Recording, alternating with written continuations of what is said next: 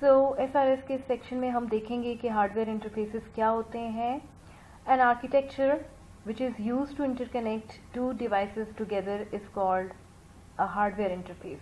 एक ऐसा स्ट्रक्चर जो टू डिवाइसेस को कनेक्ट करने के लिए यूज किया जाता है, that is called a hardware interface.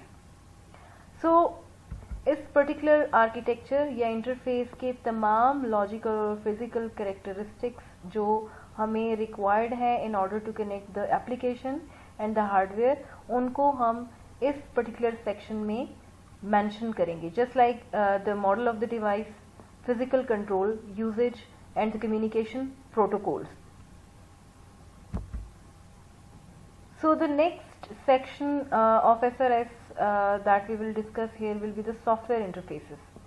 Software interfaces are also called the programming interfaces. Basically, they are the languages, codes and messages that programs use to communicate with each other and with the hardware.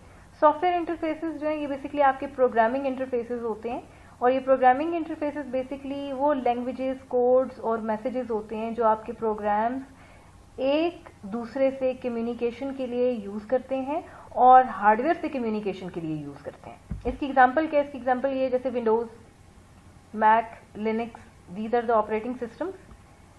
The SMTP email, IP network protocols and the software drivers. These are all the softwares, and this one is the software which we will need to activate the peripheral devices in order to make them in use. So हम कह सकते हैं कि software interfaces वो programming interfaces होते हैं जिनके through हम एक प्रोग्राम को दूसरे प्रोग्राम से कम्युनिकेशन के लिए यूज़ करते हैं और किसी प्रोग्राम को हार्डवेयर से कम्युनिकेट करने के लिए यूज़ करते हैं. सो अब हम देखेंगे कि यूज़र इंटरफेसेस क्या होते हैं. यूज़र इंटरफेसेस बेसिकली वो तमाम फ्रंट एंड्स हैं, वो तमाम स्क्रीन्स हैं जो हमारा डिज़ाइनर डिज़ाइन करेगा और हमारा डेवलपर इम्प्लीमेंट करेगा. बेसिकली फ्रंट एंड से मुराद वो स्क्रीन्स हैं जिनसे डायरेक्टली हमारा यूज़र इंटरेक्ट करते हुए हमारे उस पर्टिकुलर सॉफ्टवेयर को यूज़ करेगा. ठीक है जी. तो उन पर्टिकुलर यूज़र इंटरफेसेस के तमाम प्रोटोटाइप्स, मीन्स के डिज़ाइंस और मॉडल्स और उनकी डिस्क्रिप्शन को हम इस सेक्शन में डॉक्यूमेंट करेंगे. Screens should be presented separately with the images, presentation and all other visual materials available. ठीक है जी. एक जो भी पर्टिकुलर आपकी, अगर लेट सपोज अगर आपकी एक एप्लीकेशन की 10 स्क्रीन्स हैं तो 10 स्क्रीन्स को आपने अलग से डिज़ाइन करके, ठीक है जी, इम्प्लीमेंट करके आपने उनको with their appropriate structure which will be based on some images, ठीक है, सम डेटा और सम विजुअल मटेरियल्स, उनको आपने सेपरेटली जो है वो अलग से प्रेजेंट करना है under this section. Her screen को आप डिज़ाइन करेंगे, ठीक है जी, और उस स्क्रीन को आप इस डॉक्यूमेंट का पार्ट बना देंगे. सो अगर 10 स्क्रीन्स हैं तो 10 स्क्रीन्स को अलग अलग आपने डिज़ाइन करना है और इन 10 स्क्रीन्स को और उनके मॉडल्स को हम इस सेक्शन में डॉक्यूमेंट करेंगे. सो द यूज़र इंटरफेस या बेसिक फंक्शनैलिटी स्ट्रक्चर, हर यूज़र इंटरफेस का कोई ना कोई बेसिक फंक्शनैलिटी स्ट्रक्चर होगा. ये जो फंक्शनैलिटी स्ट्रक्चर है ये किसके अकॉर्डिंग होगा? उस फंक्शन के अकॉर्डिंग होगा जो फंक्शन उस स्क्रीन के थ्रू आपका यूज़र परफॉर्म करेगा.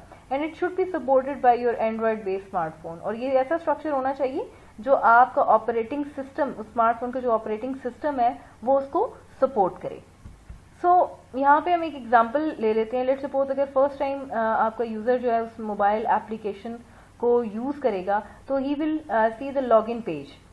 ठीक है. जो फर्स्ट पेज उसको नजर आएगा when he is going to use that particular application, that will be this login page.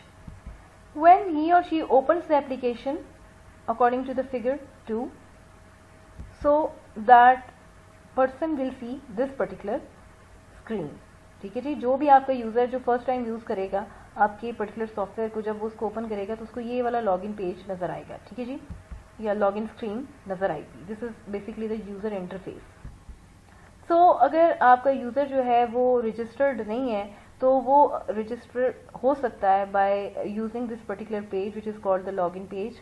जैसे कि यहाँ पे हम स्क्रीन में देख रहे हैं कि अगर वो रजिस्टर्ड है तो वो डायरेक्ट लॉगिन करेगा, अपना यूज़र नेम एंटर करेगा, पासवर्ड एंटर करेगा, ठीक है। लेकिन अगर वो एक रजिस्टर्ड यूज़र नहीं है और उसके पास वैलिड यूज़र नेम या पासवर्ड नहीं है तो उसके लिए सबसे पहले ही हैज़ टू रजिस्टर, ठीक है। मीन उसको सबसे पहले रजिस्टर होना पड़ेगा और उस रजिस्ट्रेशन के लिए भी उसको इस लॉगिन पेज पे ही सारी इंफॉर्मेशन मिलेगी।